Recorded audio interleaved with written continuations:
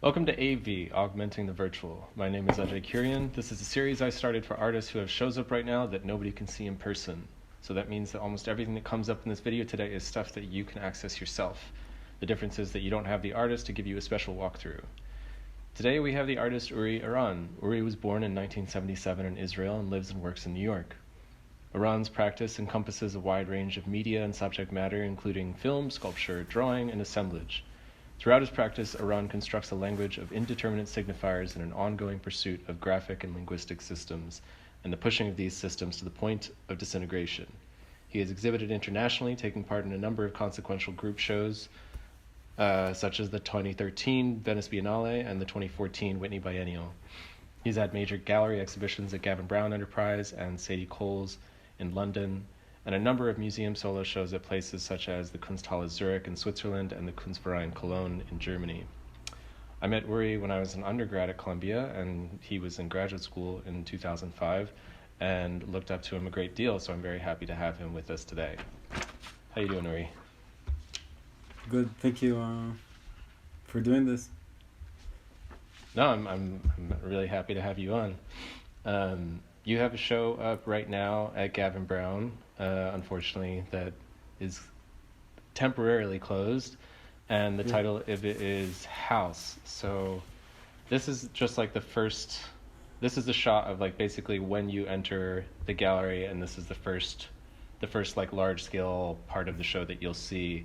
But the show's enormous in scope, so we'll go through some of the images. It's all 3/4 of the gallery, so there's a lot to talk about.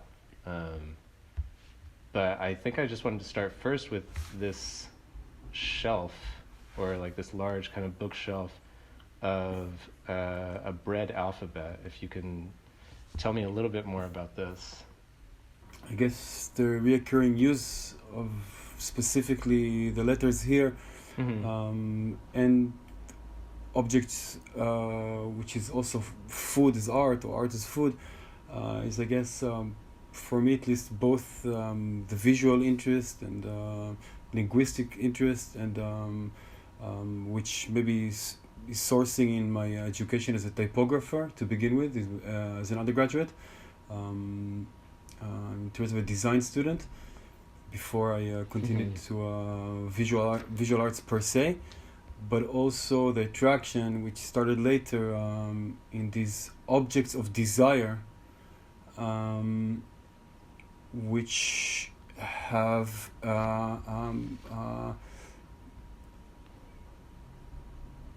educational added value.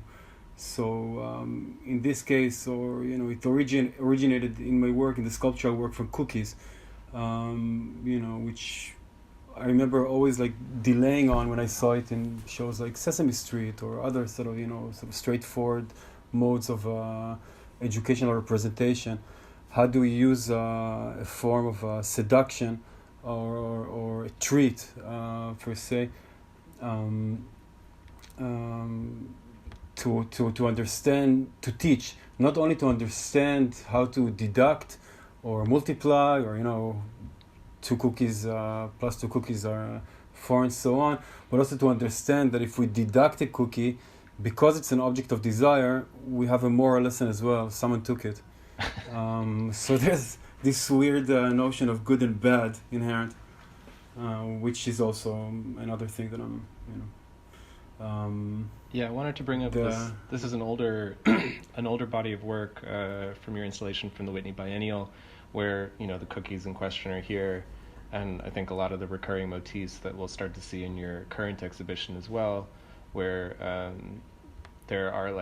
there's food stuff, there's also fake food stuff. Fake grapes feature quite prominently in a number of sculptures of yours, and also I feel like, here we have fruit. I feel like the work table is also something that is, like, it seems has been central to you for quite some time, where it's like a space to work things out. It's a space where it's almost as if you're putting us in the place of the student, the place of someone who's in the process of learning or kind of unlearning these like systems of order and disorder. I guess I'm interested in this concentrated place of learning, as if also on a formal plane, right, with borders.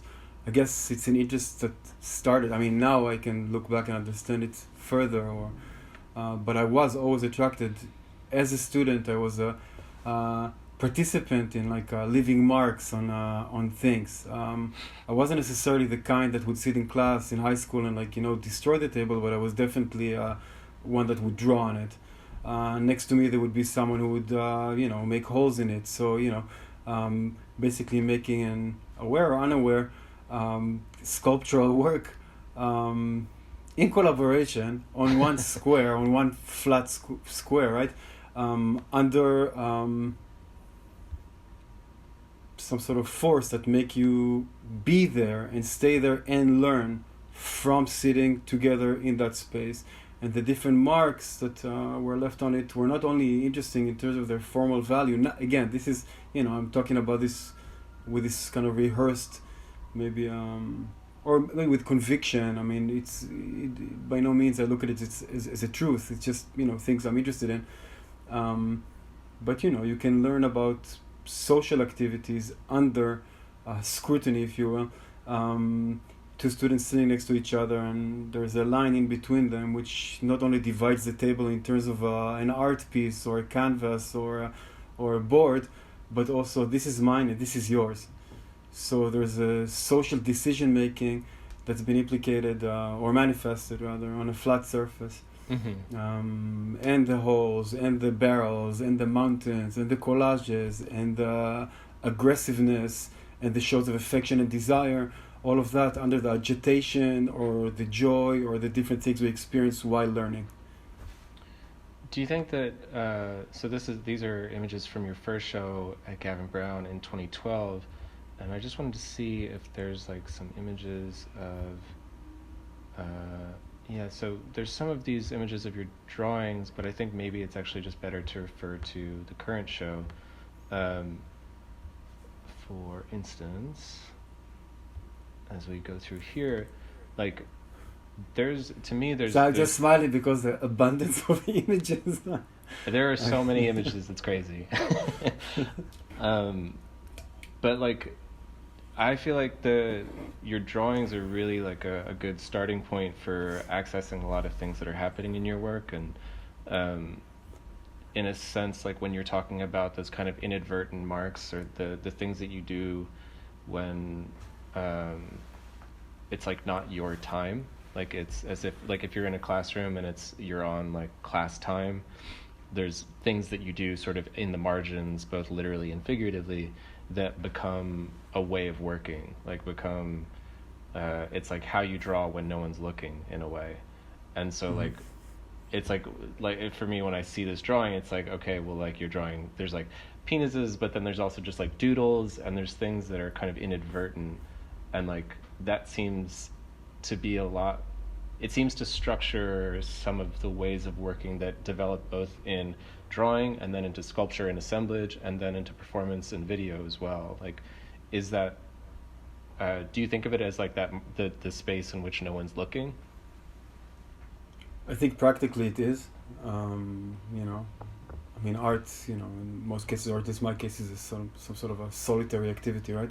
Mm-hmm. And I would say that the combination of that and this, I wouldn't say childish, but I would say child lenses that I put on, or maybe these unfulfilled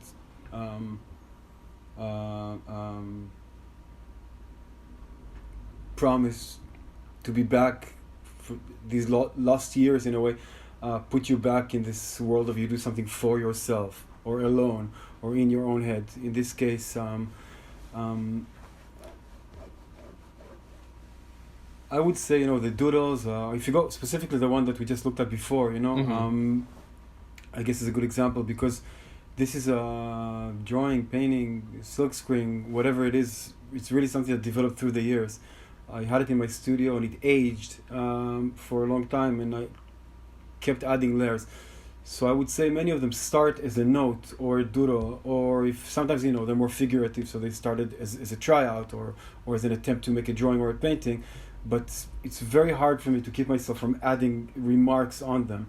And at some point I understood that the typographical notes not only serve the topography. So there's this line between typography and topography within one topographic bordered plane, right? But also inject a certain kind of specific sentiment, specificity, like a diaristic feel to it, or emotional added value, right?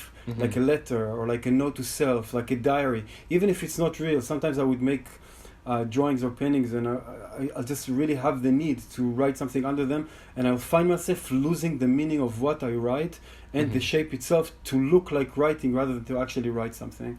So I use it both ways, either like something concrete with intention, either the way we say it, see it, or sound it, in order to change the read of the drawing or the painting. Like I heard in your prior conversation with Sebastian about titling.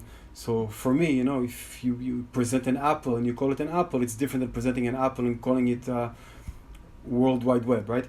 In terms of the added, in terms of what you get, like these two champions, sort of like 1 and 1 is 5, right? But also really, it's a long answer, using you know, marks as marks. So suggesting a language, but also developing visual language, formal language, if you want. Yeah, I mean, there's the sense of privacy is always something that I find like really. It's interesting because it endears me to the work, but it also makes me feel like I'm being slightly manipulated, because there is this like evocation of the private and something that's like meant to intimate you or a space of someone who's working. And I think you have a real knack for like developing phrases that are on like the verge of being generic or kind of available in this like larger way, and sort of graphically too. So like the reason I pulled this drawing up is or this like painting is because of these. I think these are bronze, right? This is poured bronze. Yeah, that's bronze. Yeah, like wood being cut into shapes, in turn becoming wax, going back to bronze. It's in the way that you were talking about like language, sort of you're writing something until you lose the meaning. This seems almost indicative of that, where it's like a form that has like a syntax to it, but the syntax itself doesn't have, like, it's not carrying like an immediate meaning. It's not like I'm seeing that and knowing that I can decipher it in some way, but it has the appearance of a kind of language. Well, it's exactly that. I mean, you just said it. Going back to how you started this before this question is yeah, using something that pulls me in, pulls one in hopefully as well, and catching oneself while that happens. I remember I used to write this artist statement when I was younger, or applying, I think, to school, and I wrote about my interest in the moment that you become, probably I wrote something like sentimental despite myself. Probably I call it some sort of cinematic moment, you know, like you drive in a car, you put the radio on, you open the window, so you feel something, but you also see something from the outside, yourself in the moment. So, you know, how do you sort of come into terms with a learned moment that you can actually feel? So I mean, that's a bit far from this painting, but in terms of the language, yeah, I mean, it can be a cinematic reference to an ancient guide or language. It can be some sort of rhythmic system or syntax or poem or notes that you follow and learn to accept in the exhibition. So specifically in this show, when I have the opportunity to work within architecture, over different spaces with different opportunities, repetition, which is something that I do a lot, or variations within, create this rhythmic experience that hopefully unites, but also pushes and pulls, and plays with with slow or fast or heavy or light and so on. And yeah, and you know what? I don't see those languages, if you will, so different from like, you know, looking at musical notes that we cannot read, or a different language that we can recognize as language, but we cannot read it because it's not our language. So in some ways, we have the advantage of not knowing, right? So we can actually see it and experience it as such. And taking it further, you know, I mean, we're subjects to art history and to history in general, right, and to being taught things. But basically, what's the difference between these kind of brush strokes or these bronze notes to something that we learned to explain to ourselves through easily digested modes of explanation in art history, right? So if we learn something about signifiers, I wouldn't even say like Baroque or Rococo or whatever. I would go into like more abstract art. You know, our belief in it, or the ease or time that it takes us to like say, oh, okay, legitimate, or I process it, or I can see it because I understand it through the explanation, are to me just as, if not more, arbitrary than the specificity of what I do. So I don't see. I'm sorry. I think for me, there's a moment in which this can go, I think, an overly romantic route where an artist gets obsessed with the failure of language. And so it becomes graphic in the sense that it becomes inaccessible in such a way that you stop believing in the possibility of language. Whereas in your work, I kind of see, I see you believing in the success of language as much as its missteps. And that's kind of what makes it sort of beautiful, where the fact that we could agree that there's like these types, or we can agree that that looks like language, or we can agree that that looks like notes. Like there's all these moments of agreement that allow for the strange disagreements or the things that feel out of whack to really come into focus. And so like I want to play a little bit of this video. Take this, for example.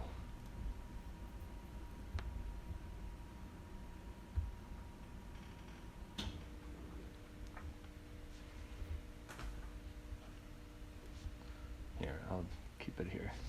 It is appropriate to determine rooms on the basis of age and hierarchy. Grandad would be given a room on the ground floor, usually the largest room, with a bathroom beside it. Grandad's room should have a doorway large enough to accommodate a wheelchair. Mother and father would have the largest room on the first floor, usually an ensuite. So already, I just want to draw two things out, like the clip. Yeah, just to for your attention, I couldn't hear the sound. I mean, I know the video, I made it, but but I don't know where exactly it stopped. I think it was talking about the normal family, right? Exactly. I just wanted to declare that like it starts with like the normal family. So there's like this type that you start getting into, and I think it sets everybody's mind up not to think about like the normative family and how how that like means so many different things, but it's almost like it becomes like a genre. So I wanted to say that before things continue. They would have a king-size bed and double wardrobe. I'm sorry, you're letting it run out? Yeah, I just want to get Twins to, I want to see a little bit more. Would be given an attic room, so they can make as much noise as they want. Take this, for Aunts, example. Uncles, and then you more appear. distant Take relatives this, for example. Can be given rooms in far reaches of the building, or in outhouses, or summer houses. Take this, for example. Take this, for example. So there's this, usually sleep I think something that you do in both the video and in the sculpture and the drawings and so on is like there's this use of both indicative language and also like gestures of indication, where I think it goes back to like how you think about Sesame Street and how we think about learning and all this stuff. But it's like, to me, it's a beautiful moment where it's both acknowledging that language works as much as it's like messing with it. should be in their For cages, example, this. and the cages covered with a fabric cloth. I'm not sure it's the right answer, but like I just thought it was really nice because you were saying, you were talking about the failures and success of language, and you were talking about Sesame Street and this, and I was just thinking about how close Sesame Street is in a way in terms of Take this cube. the methods it's using to Family.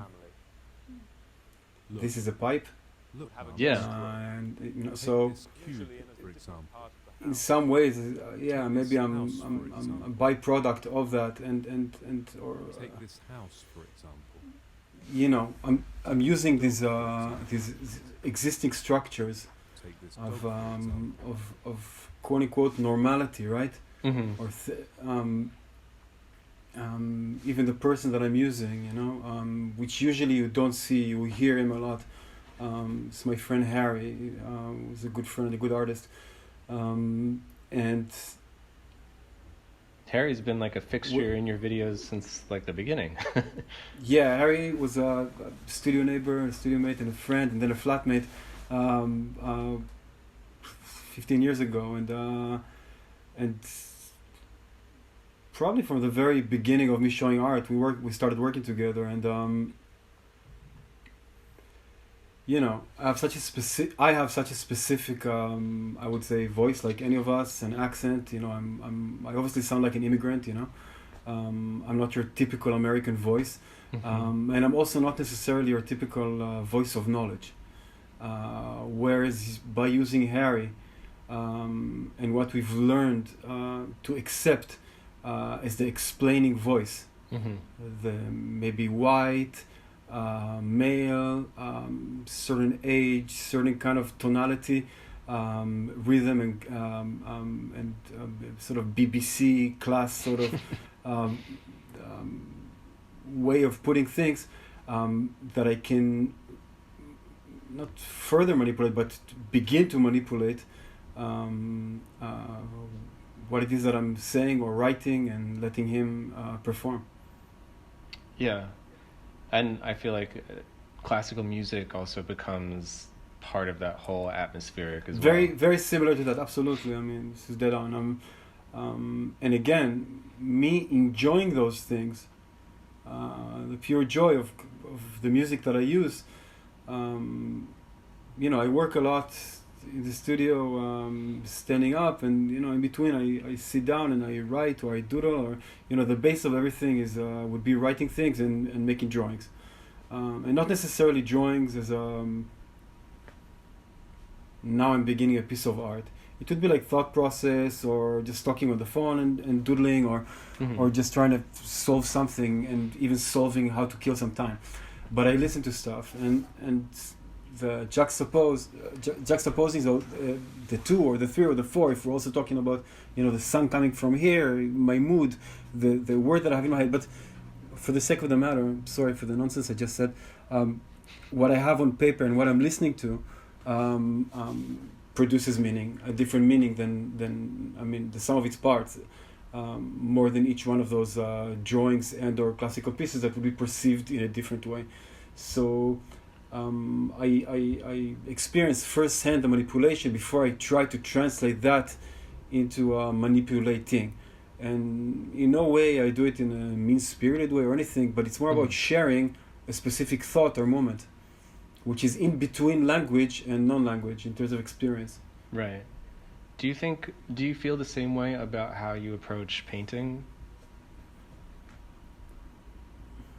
To me, there's something almost at the level of quotation in your drawings, whereas in your paintings, it almost feels pathological. Like... Can you... I'll say a few things, but can you explain? It's like the drives look different to me. I'm trying to find... There's like a big painting upstairs. Where is it? Oh, here. Okay. So, here we go. This one, okay. Like, yeah, I mean, in this one, it's kind of nice to see it on the screen next to us, because it's the size of a paper right now. I mean, it's a huge painting, and I have to like actually stand and move from side to side and like be on a small ladder when I work on it. And in some ways, when I see people looking at it, just to give a sense of scale, or standing close to it, I understand it better because it's almost a painting of a drawing, right? Or a painting of one of my drawings. Yeah, right. But in a sense, I think in blowing it up, it's like maybe that's where the pathology comes from, because like the drawing feels like you're doing something that's like kind of private, and it like the telephone conversation really like feels appropriate to me, where a lot of times I'll be talking to someone on the phone, or for instance I'll be talking to my parents or family, and I'll just have a little sheet of paper and I'm just drawing something just to like move my hand, and to take that and to blow it up and to kind of try to keep the same energy of the drawing seems like at the level of pathology to me, where the painting is driven by something else. Yeah, there are a lot of cut pieces from other paintings that ended up, like as smaller paintings or like in the garbage. There's a big graveyard in my studio, and this one, which in a way I had to not be able to solve it in order to solve it. I know it sounds kind of stupid, but this is the painting that I finished last, and the actual last time I touched it was way ahead of when it was sent to the show. Meaning I had paintings way more advanced, I thought, at that point, that I finished, and I thought like, okay, finished painting, and I sent to the show. Whereas this one was in my studio waiting to be solved until I understood, okay, this is the painting. It is a painting of a drawing, or it is a painting of thought process, or it's the painting of many different events in one painting. Some of these events resemble lists, some of them resemble capital P painting, some of them resemble interactions or doodles or almost like comic scenes. And this and the videos and the sculpture, I'm not trying to create, and I'm quoting one of my friends right now, who said once about my art, this is Liam Gillick I'm talking about. He said that I'm not, I'm dealing with human emotions and social interactions, hopefully, I'm saying hopefully, he said, without creating a cartoon image of human emotions. So hopefully, despite this language, this is not some sort of like flattening of things, but just a tool to get to things I care about. Yeah, maybe in a pathological level. I think that's it only plays like it only plays a role in terms of like an overall atmospheric that I get from the painting, but it's not to say. No, I think I actually think it's sorry, I should let you finish, but I actually think it's important that you said that, and it's important to acknowledge also the moments of not being in control, not being aware, or beyond not being aware, not being in control, the absolute drive to go a certain way, or I said before, sentimental despite myself. This is like my hand despite me. Right. I cannot escape my. Is this like a PG? So I mean, my fucking. You can hand. you can say whatever you want. I mean, I cannot get rid of it, and for better or worse. I feel like this was in terms of thinking about your interests, or just like the range of emotion. I find that becomes, it becomes very clear in just like the opus of this show at large, but the sculpture is just it seems like there's like they have their own typography and kind of topology that allows for so many different things to happen. It feels like sometimes they can feel sad, sometimes they can feel like just purely comic. Like this is a fountain. Yeah, it's a fountain from it looks like a dentist's office, right? Yeah. Okay, and then this is a flight, or like a air unit sort of dental dental unit for flights. So yeah. I And mean, so I was then- just research. That's just one I liked. I was basically looking for a capsular. Yeah. Yeah, there's like this plastic cup here that's overflowing and then recirculating, but then the way that I feel like there's like this rebalancing by having this piece of ceramic, like a drawing on ceramic there, where it's not only like redirecting your attention, but the feel of the ceramic here, like the perfection of that line and like the manufacturedness of that line then butts up against the madeness of like that ceramic line. And this is really interesting to me. I'm not sure what to say. All I can tell you is that like it really took me a long time to decide how this sits. I built an armature for this. This was rounded at some point, the base when I built it. mm-hmm. And then at some point I was like, it's just what it is. And I was talking to Gavin about it. We said like, and he told me like, yeah, I like it like this. And I was like, okay. And then in the end I was like, okay, another ceramic piece on top. And so yeah, I have nothing smart to say about it other than it was very hard for me to decide if it should just be what it is. Yeah. And also, specifically because it's so, I call it a fountain, and obviously it comes from a, art historically pretty loaded place. Sort of grand, trajectory of fountains, right? Yeah. And yeah, so from Yeah, to me it's like it becomes like funny and abject and like kind of sad and like a bit of a shrug too, like I don't know, like maybe there's like a lot of sculptural kind of propositions that feel like they take place in the sad humor of everyday life. Yeah, exactly. Yeah, no, abjectness is definitely something that just happens in my work. Yeah, this is an object that I like. I used to sit at the dentist. I have a very nice dentist. And I sit at the chair and there's this like little fountain, and if you touch it, it goes like, and some water comes out, and it's this like object of desire in the same time. Definitely makes you feel a certain way when you're subjected to all these different things. When you go to the doctor, one to name would be fear, and the possibility of pain, and possibly when you're younger, perhaps reward, depending how you were treated before, after, and during. So yeah, and that's an object that encapsulates all of these, and also I think has formal values, and like you're saying, it's humorous. And yeah, I thought it was a real question: should I or shouldn't I use that? There's a lot of work in that show, and pass the test.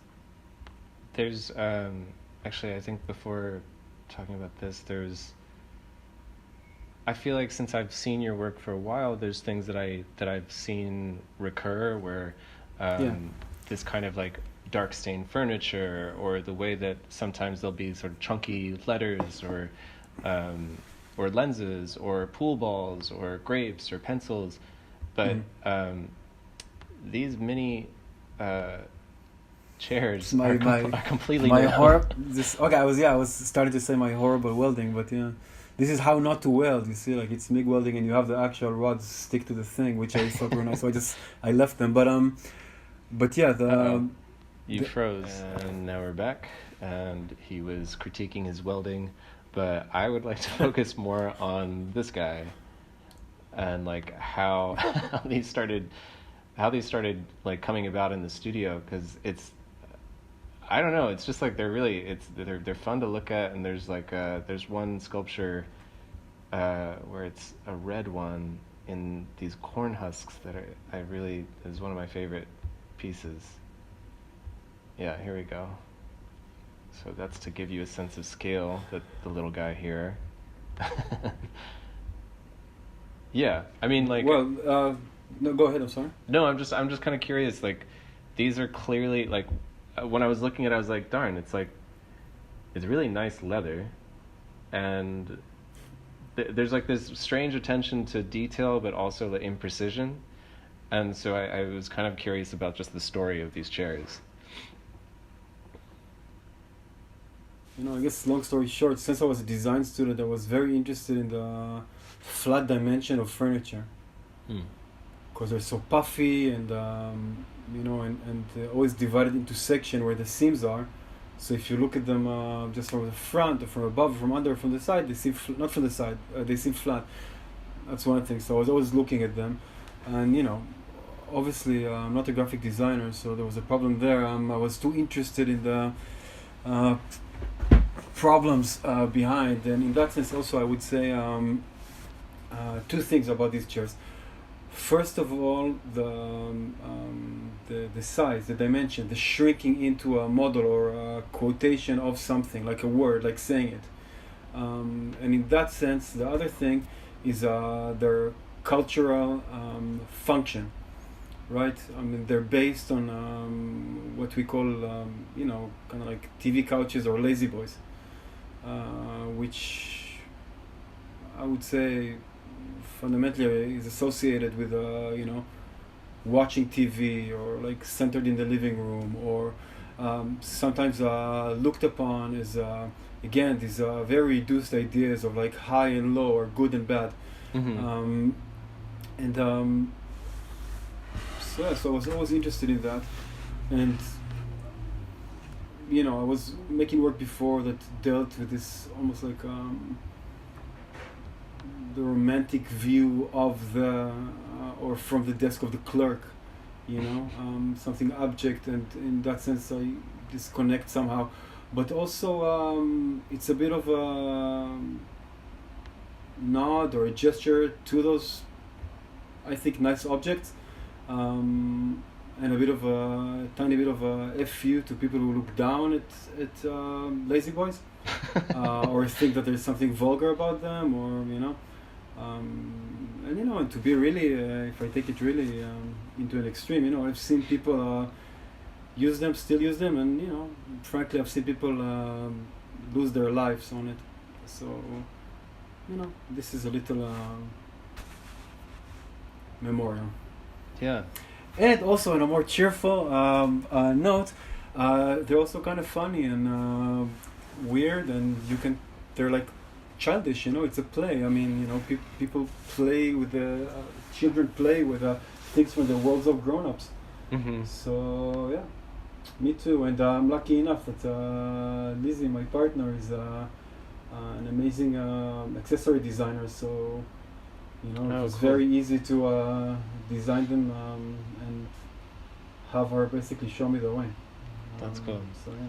I mean, I feel like a lot of the way that you present work, especially when you were talking about like the drawing that will sit in the studio and it like ages in the studio, that seems to be the case with all of your work to me, where whether or not, depending on maybe some things took longer, maybe some things are quicker, there's a sense that like everything has an age to it, where even if there's silly aspects to it, even if there's funny aspects to it, there's also just like the weight of living a life.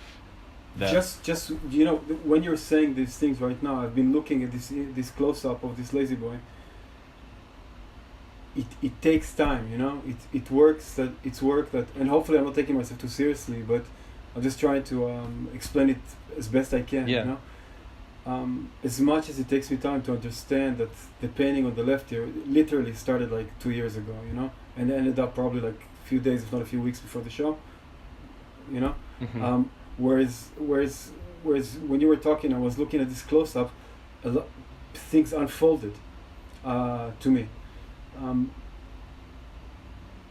So yeah, I mean, it's work that sometimes is like ugly or pretty or has or funny or sad, and it's fine, like, to put it as in simplistic terms, like that for me actually.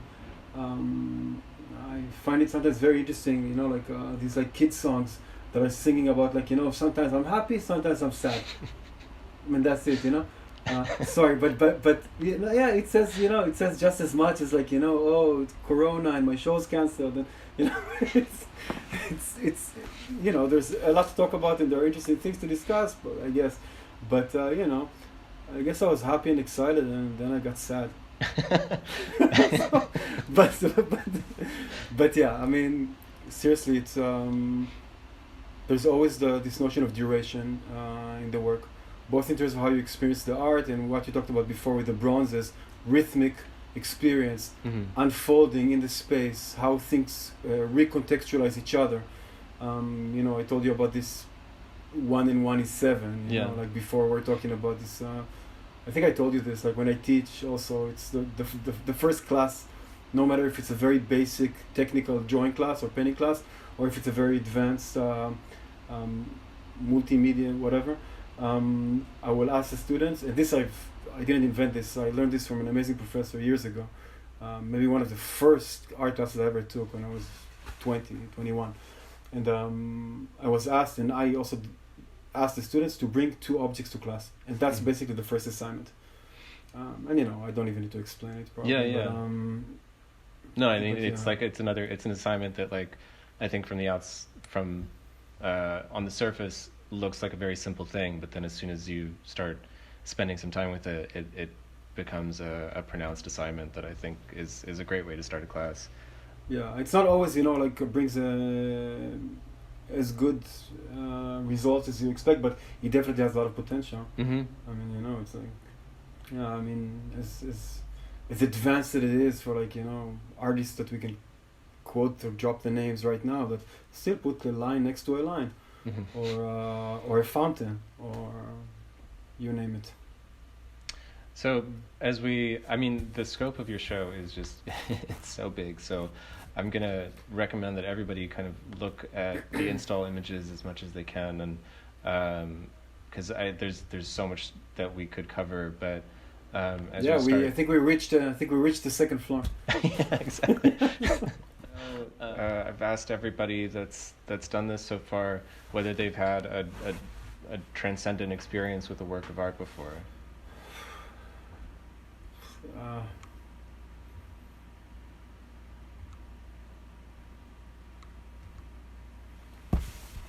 We talk about the meaning of transcendence, but to try not to further complicate things, I would say yes many times. You can complicate it all you want. I knew that when I asked Sebastian, I knew that he was gonna not take kindly to the word transcendent, and that was kind of part of it. So, well, so I'll just answer it. I'll just give you. First of all, it's one of those questions that when you give the answer, you can go back to it and say, like, oh, I could have mentioned 1,000 other things. It's some sort of like selective memory that just now sort of pops. I remember my mom was, she did many things, but she was a dance teacher most of her life and most of my life when she was alive. And I remember as a very young boy, we were behind stage at a performance that she choreographed for her students, girls, from ages possibly 5 or 6 to like, or younger to high school. And I remember listening to I don't know if it was a Chopin or something, possibly. And lying on my mom's legs, like listening to the music and the vibrations on one ear and the vibrations of it through her stomach on the other.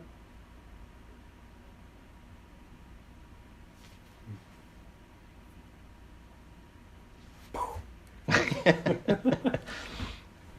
don't know, I thought about that, I guess, the feeling of being behind stage and listening to the music through that, being on with my mom, as a kid, as a boy, as a little boy, and experiencing that way. I don't remember the exact circumstances, but it was the end of the year show of her students. You want more? That was beautiful. I thank you for sharing that. There is a video in your show of these little children dancing.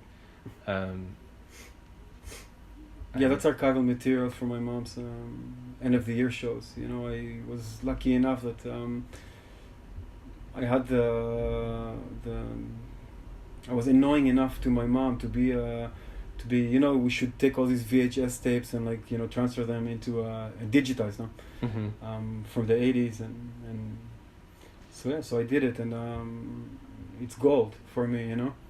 I have to be careful because, you know, it becomes you know, I can become sentimental about it, and that's one thing I'm trying not to do too much, you know, or not like, you know, not to do it in a heavy way, but yeah, I'm really glad I did it, and I used it a few times.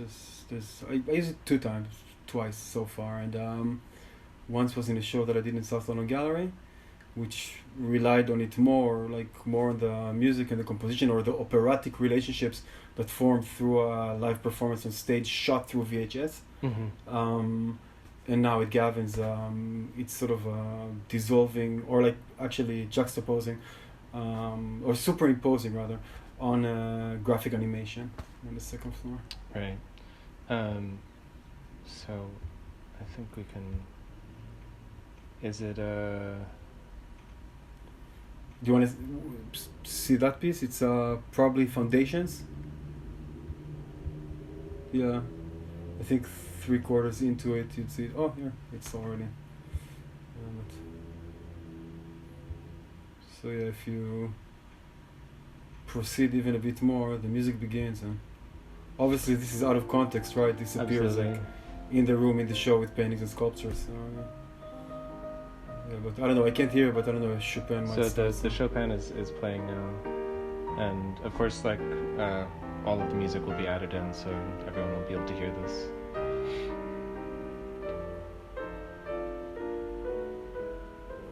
I guess another example also of, you know, like, there you go.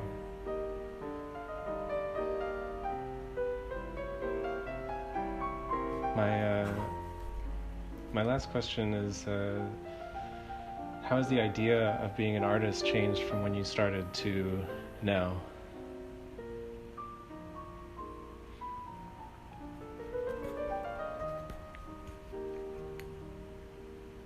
So much have changed in terms of the logistics of it.